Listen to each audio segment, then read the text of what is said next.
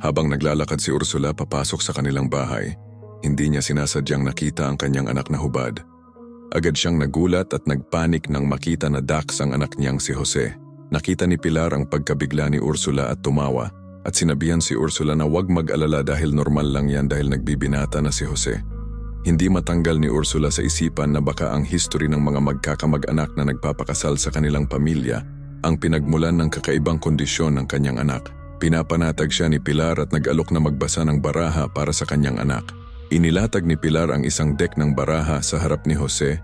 Sinabihan siya na mag-relax at pumili ng 3 baraha. Ngunit nang makita niya ang resulta, biglang naging seryoso ang ekspresyon niya. Nakaramdam ng kasiyahan si Jose tungkol dito. Sa mga sandaling yon, biglang inabot ni Pilar ang ilalim ng mesa. Biglang nakaramdam ng kakaiba si Jose. Para siyang nakuryente at nanghihina siya. Nasira ang sandali nang pumasok si Ursula. Sinabi ni Pilar kay Ursula na hindi na kailangang mag-alala si Jose tungkol sa mga babae o sa pagkakaroon ng anak sa hinaharap. Napahinga ng maluwag si Ursula, hindi alam na ang kapalaran ng kanyang anak ay nagbago na ng tuluyan. Nang gabing iyon, hindi mapakali si Jose dahil sa kakaibang pakiramdam na naramdaman niya kanina. Napakainit ng kanyang katawan, hindi mapakali. Palihim siyang lumabas ng bahay na para bang may nag-uutos sa kanya. Nagtungo siya sa bahay ni Pilar. Sa dilim, isang kamay ang bilang humawak kay Jose. Mukhang inaasahan na ni Pilar ang kanyang pagdating. Sa gabi ring iyon, naging isang tunay na lalaki si Jose at nakaranas si Pilar ng walang kapantay na kasiyahan. Kinabukasan walang kamalay-malay si Ursula. Hiniling niya kay Pilar na alagaan ang kanyang 2 anak. Si Jose at Pilar naman ay palihim na nagkahawak kamay. Nag-e-enjoy sa kanilang bago at nakakapanabik na nararamdaman.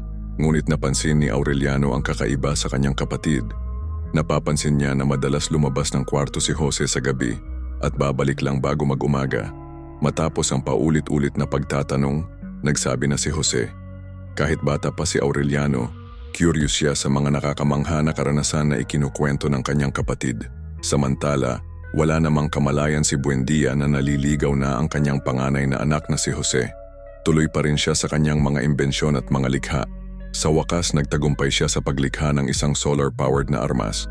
Kaya nitong ipunin ang init ng araw para masunog ang mga bagay na malayo. Tuwang-tuwa si Buendia at ang kanyang pamilya at bahagyang nagbago ang ugali ni Ursula sa pananaliksik ng kanyang asawa. Nang gabing iyon, biglang nag-labor si Ursula. Dahil abala si Buendia sa kanyang laboratorio, nag-isa lang si Ursula ng manganak ng isang sanggol na babae. Habang ipinagdiriwang ng buong pamilya ang bagong sanggol, sa wakas ay lumabas si Buendia mula sa kanyang laboratorio. Ipinakita niya ng may pagmamalaki ang kanyang nagawa sa alkemia. Nakapag-extract siya ng ginto mula sa isang alloy na metal.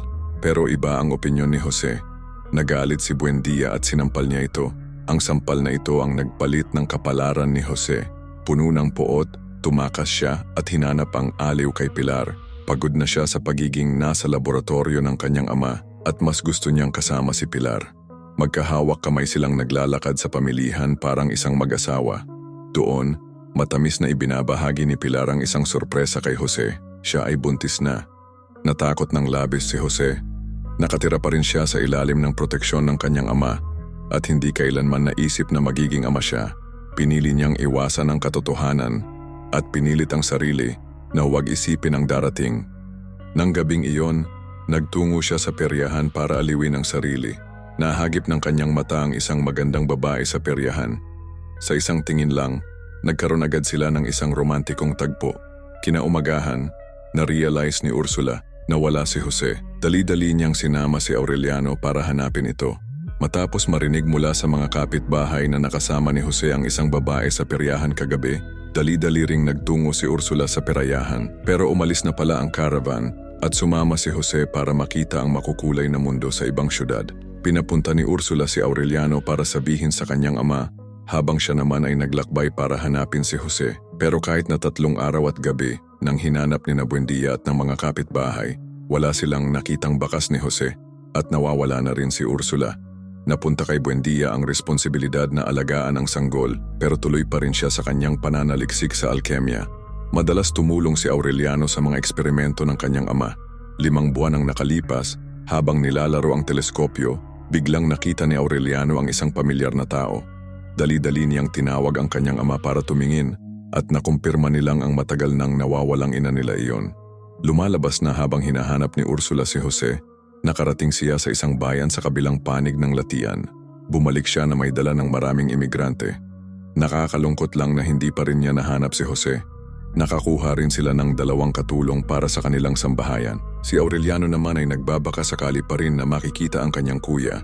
Sa gabi, habang masaya ang dalawa na nag-aararo sa bukid nang biglang may kumatok, biglang dumating si Pilar na may dala ng isang sanggol. Nahihirapan si Ursula na tanggapin na nagkaroon ng lihim na relasyon ang kanyang kaibigan sa kanyang anak at nagkaroon ng apo. Naramdaman naman ni Buendia ang pagkakaugnay ng kanilang dugo, kaya naawa siya. Pumayag si Ursula na ampunin ang sanggol pero may kondisyon. Hindi pwedeng pumasok si Pilar sa kanilang pamamahay. Tinanggap naman ito ni Pilar at umalis. Pinangalanan ni Buendia ang kanyang apo na Arcadio. Si Aureliano naman, na malungkot pa rin dahil sa pagkawala ng kanyang kapatid, ay nagkulong sa laboratorio at naging abala sa paggawa ng mga pilak. Lumaki sina Arcadio at ang kanyang tiyahin na si Amaranta bilang malapit na kaibigan. Nagtapos ang eksena na nag-iiwan ng misteryo at katanungan kung bakit hindi na nakita ang ating bida na si Jose. Ano sa tingin ninyo? Maraming salamat sa panonood.